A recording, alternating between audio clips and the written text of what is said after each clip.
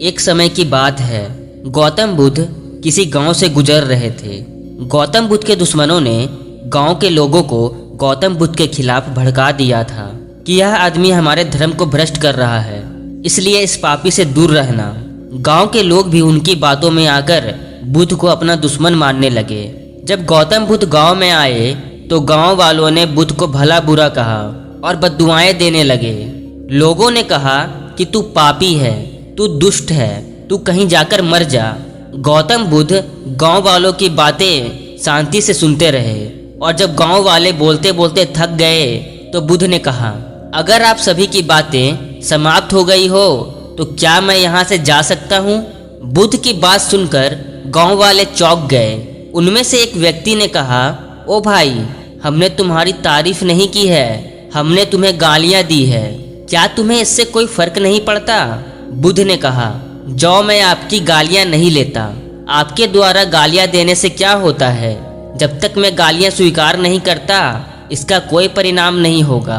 कुछ दिन पहले एक व्यक्ति ने मुझे कुछ उपहार दिया था, लेकिन मैंने उस उपहार को लेने से मना कर दिया था, तो वह व्यक्ति उपहार को वापस ले गया। जब मैं कुछ लूँगा ही नहीं तो कोई मुझे कैसे दे पाएगा? बुद्ध ने बड़ी विनम्रता से पूछा, अगर मैंने उपहार नहीं लिया तो उपहार देने वाले व्यक्ति ने क्या किया होगा? भीड़ में से किसी ने कहा, उस उपहार को व्यक्ति ने अपने पास रख लिया होगा।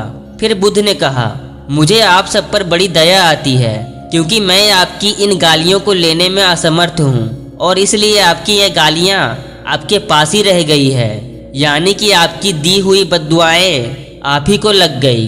यह सब सुनकर गांव वाले काफी शर्मिंदा हुए और महात्मा बुद्ध से माफी मांगी।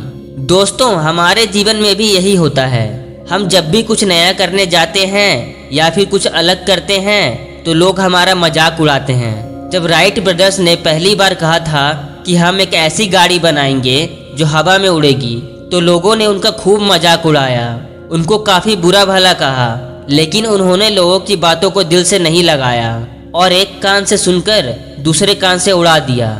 अंत में उन्होंने एक ऐसी गाड़ी बना ही दी जो हवा में उड़ती थी, जिसे दुनिया हवाई जहाज के नाम से जानती है। इस दुनिया में मैक्सिमम लोग इसी बात से दुखी रहते हैं कि लोग मेरे बारे में बुरा सोचते हैं, मुझे गालियां देते हैं, मेरे बारे में झूठी अफवाह फैलाते हैं। लेकिन मेरे दोस्त, अगर तुम लोगों को खुश करने बैठोगे तो तुम्हारी पूरी उम्र खत्म हो जाने के बाद भी लोग खुश नहीं होंगे।